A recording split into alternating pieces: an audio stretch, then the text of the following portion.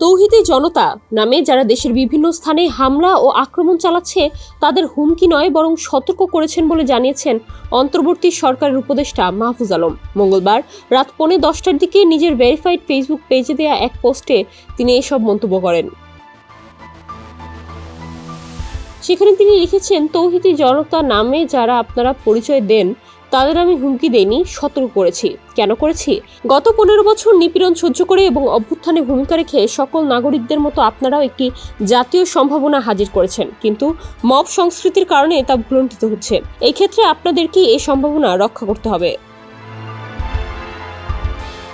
তিনি লিখেছেন, আমার আপনাদের প্রতি ঘৃণা নেই, বরং বাংলাদেশের সকল নাগরিকদের মতোই আপনাদের প্রতি দরদ আছে, আলেমদের প্রতি সম্মান আছে। আমি নিজে বিশ্বাসী মুসলিম হিসেবে তৌহিদবাদী, কিন্তু কেউ তৌহিদের নামে উগ্রতা দেখালে সেটার আসন্ন পরিণতি সম্পর্কে সাবধান করাও সহনাগরিক ও দায়িত্বশীল ব্যক্তি হিসেবে আমার কর্তব্য মনে হয়েছে। বাংলাদেশে এখন স্থিতিশীলতা দরকার উল্লেখ করে তিনি বলেন, বিপ্লবী জনতা আর খণ্ড খণ্ড মব আলাদা জিনিস।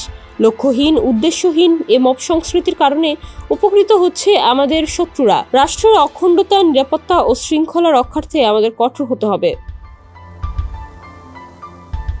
এ কঠোরতর হুঁশিয়ারি অপরাধীদের জন্য, যারা তৌহিদের কথা বলে নিপীড়ন করছেন, নৈরাজ্য করছেন। কিন্তু আগে যেভাবে ইসলামোফোবিয়ায় আক্রান্ত হয়ে সাধারণ মুসলিমদের নিপীড়ন করা হতো, যার শিকার আমিও হয়েছি, তা কখনোই আর পুনরাবৃত্তি হবে না। আলেম, উলেম, মাদ্রাসার ছাত্ররা গত 15 বছর নিপীড়নের শিকার হয়েছেন, এবারের অভ্যুত্থানেও রক্ত দিয়েছেন।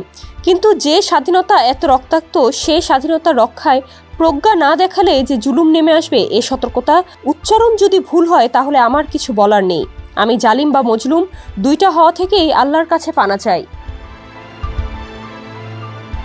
পুনশ্চ ব্যক্তি আক্রমণ, ব্যক্তিগত বিশ্বাস নিয়ে আক্রমণ বা সন্দেহ তৈরি, পরিবারের সদস্যদের হুমকি বা বেইজ্জতি ইত্যাদি কাজগুলো নবীজির অনুসারী হিসেবে সবার পরিত্যাগ করা উচিত।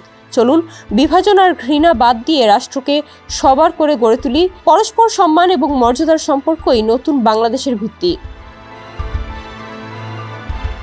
ডেস্ক রিপোর্ট, সমকাল।